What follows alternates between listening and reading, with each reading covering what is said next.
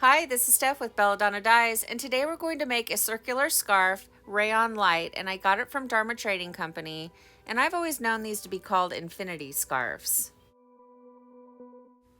For this project, I'm going to tie it up in a geode pattern. So I get the fabric out in front of me and I decide where I want to start, and I just pinch up a single layer of fabric. Then I cinch it up and I'm going to tie it off with sinew. And if you don't know what sinew is, it's a wax covered string that resists the dye and it creates the white lines. And I want a lot of white lines on this project, so I'm going to make my sinew lines closer together than I normally do.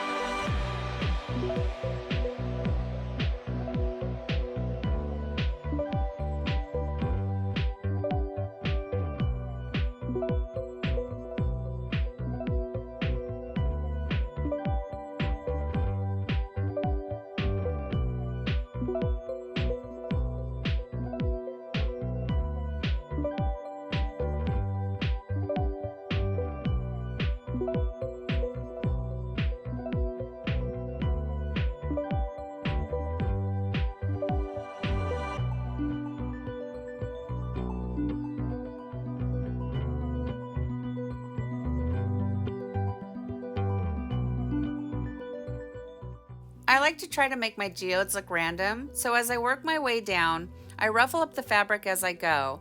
I feel like that helps keep it from looking too uniform.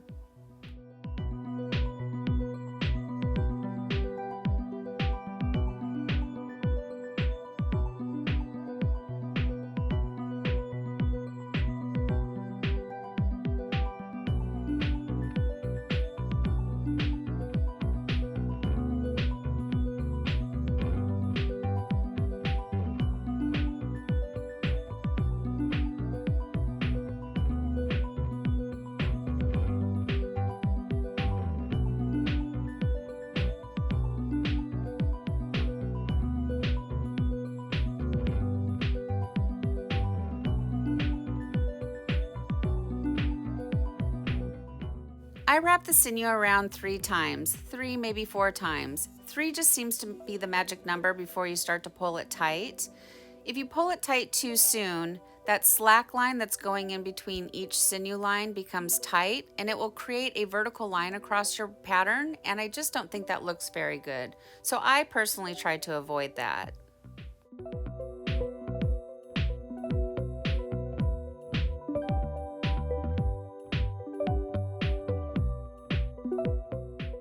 It usually takes me 1 or 2 geodes to find my groove, but once I get in my groove, I can go pretty quick now.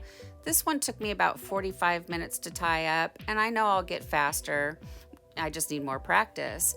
But what I really like about tying up these geodes is the fact that they're random, and the more random, the better. So for instance, you could just keep going all the way down the fabric and just keep tying it up, or you could make a bunch of tiny little geodes or a couple really big geodes. They look good no matter what you do.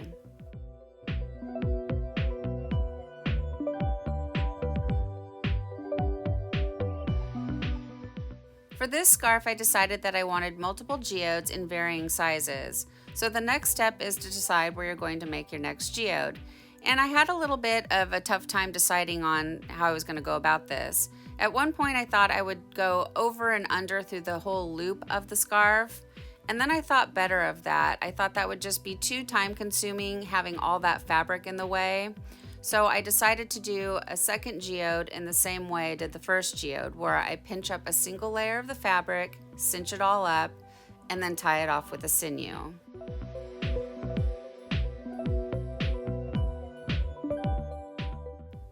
As I'm editing this, I'm noticing that I'm starting the second geode down at the base of the geode, whereas the first one I started tying it off at the tip.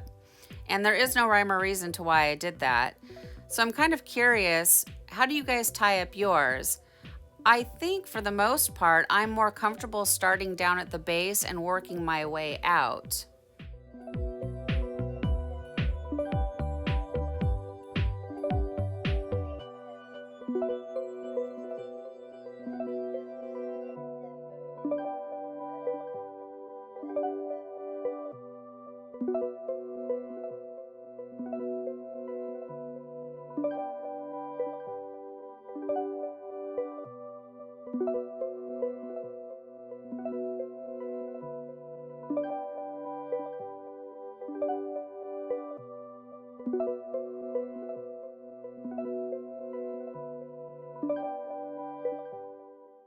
For those of you that watched me make the scrub top, remember how I was complaining about the sinew? Remember I felt like it wasn't very sticky and catching on itself? Well, I'm happy to report that I'm actually liking the sinew a lot better.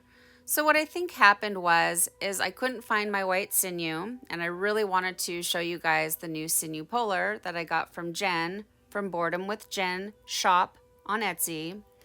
So the sinew was cold sitting out on the front porch, and I wound it up and I got right to work with it. So I think now that it's been sitting in the house and it's come to room temperature, and the more I work with it and the sinew puller is in my hand, that wax is becoming more sticky. So I'm liking it a lot better. So I do recommend it. Now, saying all that, I still like the Dharma sinew the best, but I don't mind this at all. And it comes really quick and easy, and it's relatively affordable.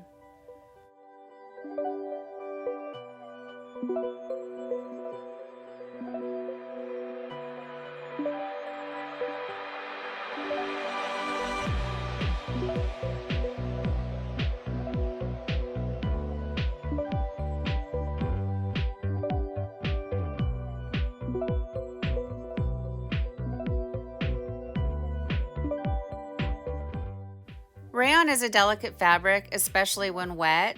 Well, in this case, this is barely damp.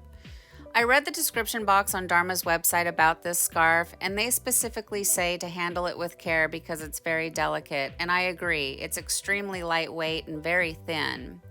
That being said, you still need to pull your sinew tight if you want to create those white lines. So I recommend just being mindful as you're working with it.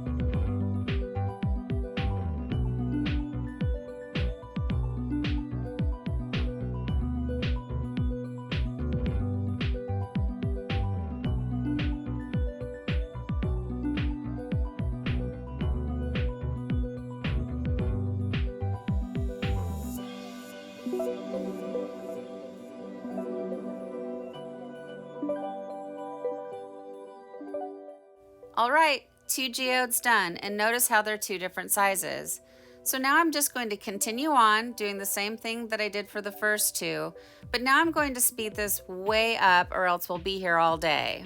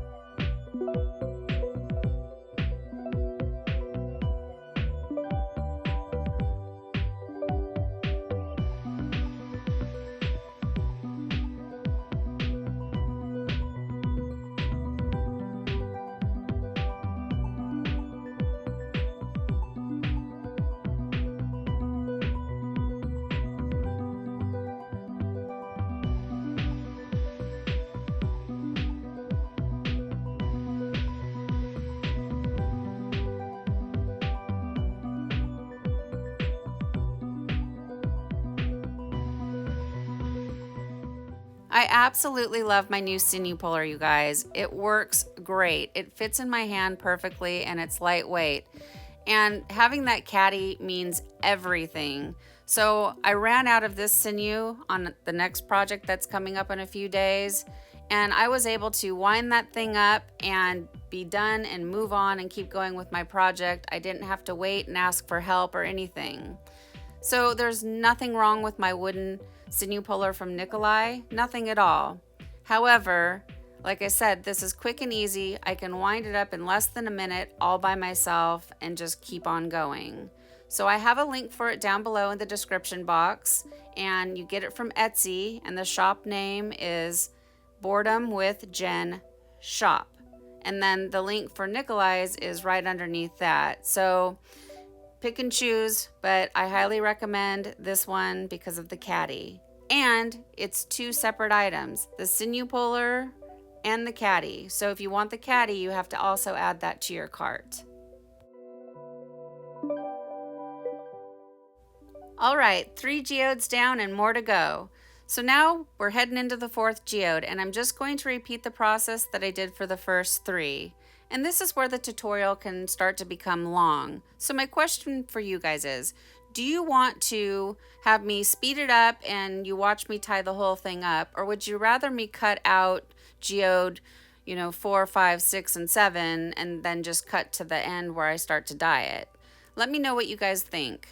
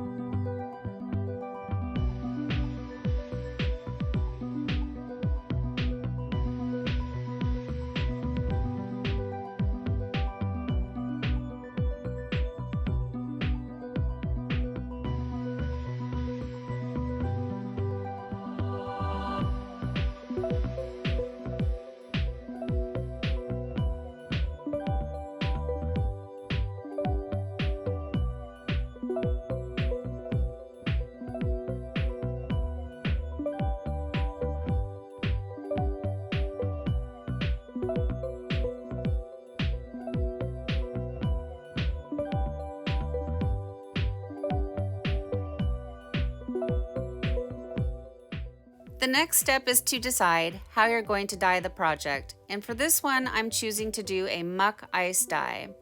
So what that is where you do an ice dye and you let your project sit in batch in the melted ice water. And so you want to get a container that is similar to the size of your project. You don't want it to be too big because you want to have all that muck water surrounding your project. If it's too big, it kind of defeats the purpose. But you don't want it to be too small to where it's pressed up and smashed against the sides of the container because you will have white spots. And then I'm adding the dye kind of in a random way. I want the body of it to be the darker purple and then work its way out to the lighter shades towards the tip.